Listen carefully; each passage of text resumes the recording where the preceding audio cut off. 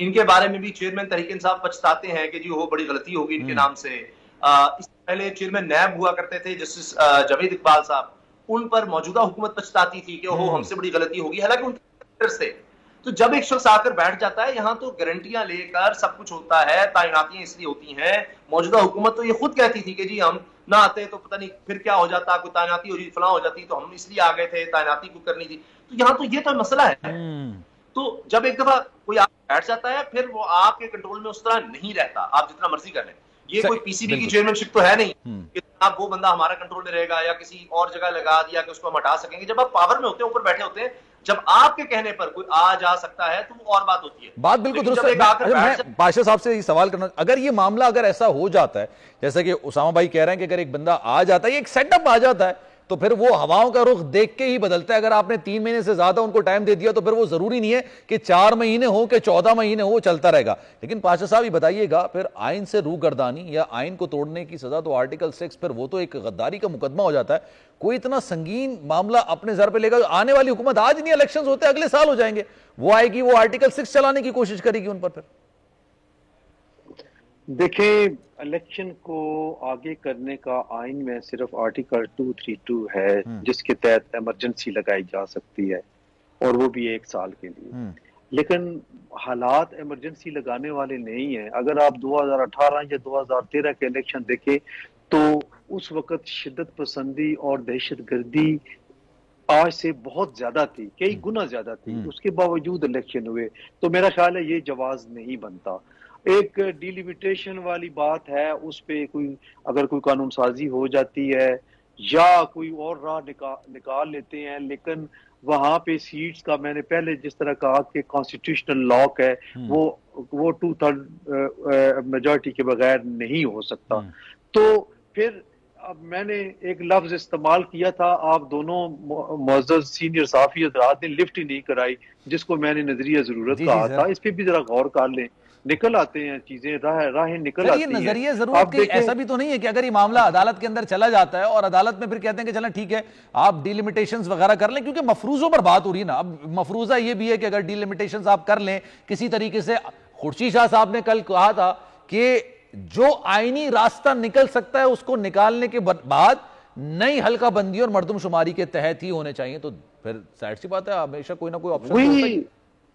وہ آئینی راستہ کیسے نکلے گا؟ اصل بات یہ ہے, کوشچن بالکل آپ جس پوائنٹ پہ کھڑے ہیں ہم اس وقت, وہ یہ ہے کہ آئینی راستہ کیسے نکلے گا کہ وہ 2/3 میجارٹی ہوگی اور وہ کانسٹیٹیوشن لاک جو سیٹس پہ ہے وہ ختم ہو جائے گا. ایک بات میں نے اڑتی سنی تھی کہ کسی کوریڈور جو اقتدار کے کوریڈور ہے وہاں سے یہ بات آئی تھی کہ ہم ڈیلیمیٹیشن تو ہو جائے گی لیکن سیٹس میں رد و بدل نہیں ہوگا. یہ کیسے ممکن ہوگا جب آبادی بڑھ جائے گی؟ ڈیلیمیٹیشن کسے کہتے ہیں اگر سیٹ کا رد و بدل نہیں ہوگا تو؟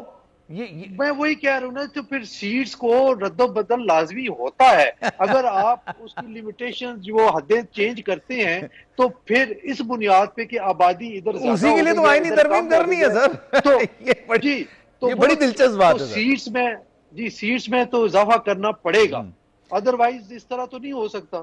سر ایک اور مفروضے پہ چلتا ہوں کہ اگر آپ سیٹ کے رد بدل نہیں کرتے ہیں تو پھر ڈیلیمیٹیشن کرنے کی ضرورت نہیں ہے, پھر نئی حلقہ بندیوں کی, وہ نئی مردم شماری کے تحت انتخابات کرانے کی کیا ضرورت ہے؟ اصل میں بات یہ ہے کہ یہ غلطی ہوئی ہے, ڈیلیبریٹلی ہوئی ہے یا کی گئی ہے. یہ جب فائنل ہو گئی تھی آج سے کوئی 1.5-2 مہینے پہلے, تو اس وقت نوٹیفیکیشن اس کا ہو جانا چاہیے تھا, تو شاید کوئی صورتحال نکل سکتی. اب بالکل کل اس کا اجلاس ہو رہا ہے CCI کا, اور پرسوں جو ہے 9 تاریخ کو, یعنی 2 دن کے بعد اسمبلیاں تحلیل ہو رہی ہیں. تو یہ تھوڑا سا ہے, مجھے تو سمجھ نہیں آ رہی. چلے میں یہ اسامہ بھائی سے پوچھ لیتا ہوں. ہاں بالکل, ڈاکٹرز اور کاریگر موجود ہیں, کچھ نہ کچھ ہو جائے. ٹھیک ہے. اسامہ بھائی بتائیے گا, مشترکہ مفادات کونسل میں آپ کو کیا لگتا ہے, واٹ ڈو یو تھنک, ایک مفروضے پہ اگر ہم بات کر رہے ہیں, کیا ہو سکتا ہے, وہ کیا فیصلہ کہہ سکتے ہیں کہ جناب نئی مردم شماری کے تحت ہوں یا پرانی حلقہ بندیوں کے تحت ہوں, کیا فیصلہ آ سکتا ہے؟ کیونکہ نئی مردم شماری کے تحت اگر آپ کروائیں گے, نئی حلقہ بندیوں کے تحت آپ کروائیں گے, تو پھر تو یہ معاملہ 6 سے 8 مہینے کہیں نہ کہیں نہیں جاتا, پھر اس کا مطلب ہے